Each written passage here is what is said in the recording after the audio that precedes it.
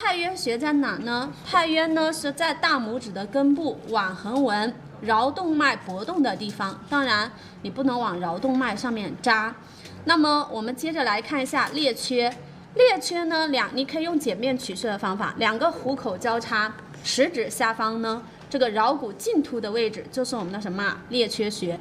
那么这一针其实经渠，你不要正扎人家的经渠，它其实是偏过。我们说穴位它是一个范围嘛，它没有正中扎到经渠啊，正中扎不到经渠，擦了经渠的一点点边，往列缺的方向这样扎的，听明白了没有啊？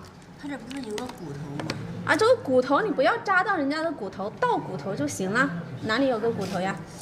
这桡骨这儿是有个骨头，我们就是要往这个骨头上扎呀。你不要穿过人家的骨头，你就到那个骨面不就好了吗？啊，先揣穴啊。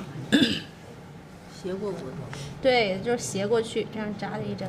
这个咽喉痛也，我感觉我对，只要是肺的毛病，不都可以找他吗？这有个窝呢，但是我这个叫啥？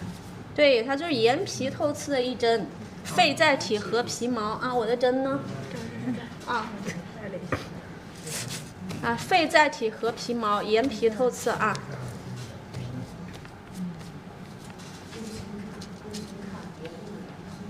好，你看，持针定针，定针的时候，手指就把针尖按在人家的皮肤上，按好了之后，身体抖一抖，不就进去了吗？胀吗？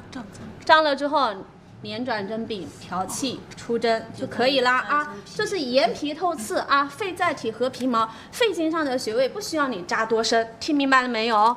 啊，尤其是肺经的原穴啊，它还是肺经的原穴。